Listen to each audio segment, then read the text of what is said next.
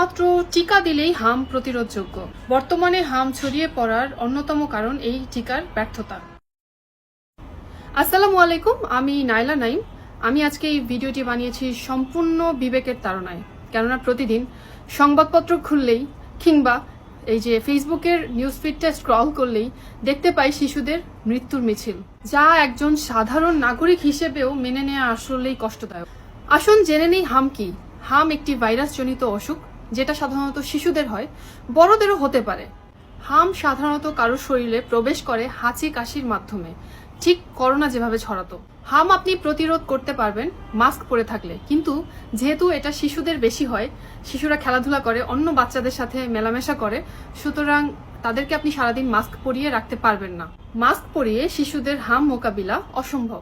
3C এর মাধ্যমে হামকে প্রকাশ করা হয়।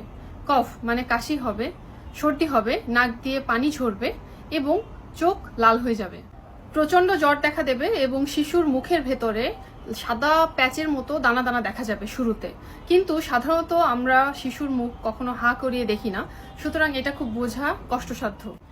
তারপর ঠিক কানের এই পেছন দিকে র্যাশ দেখা যাবে, যেটা পরবর্তীতে শিশুর সমস্ত শরীরে ছড়িয়ে যাবে। সাধারণত হামের কারণে সরাসরি মৃত্যু হয় না, কিন্তু হামের কারণে যে প্রদাহজনিত রোগগুলো আছে, যেমন নিউমোনিয়া অথবা এনসেফালাইটিস, মানে হচ্ছে হামের জীবাণু মস্তিষ্কে প্রদাহ তৈরি করবে, যা আসলে অনেক প্রাণঘাতী। এছাড়াও পানি শূন্যতা দেখা দিতে পারে ডায়রিয়া থেকে। শিশু অন্ধ হয়ে যেতে পারে, কানে কম শুনতে পারে, খিঁচুনিও হতে পারে। একমাত্র টিকা দিলেই হাম প্রতিরোধযোগ্য। বর্তমানে হাম ছড়িয়ে পড়ার অন্যতম কারণ এই টিকার ব্যর্থতা।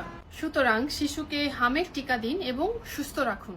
আসুন আমরা সবাই মিলে সচেতন হই এবং সচেতনতা তৈরি করি, যাতে করে এই ফুটফুটে প্রাণগুলি ঝরে না যায়, আর কোনো মায়ের বুক খালি না হয়ে যায়।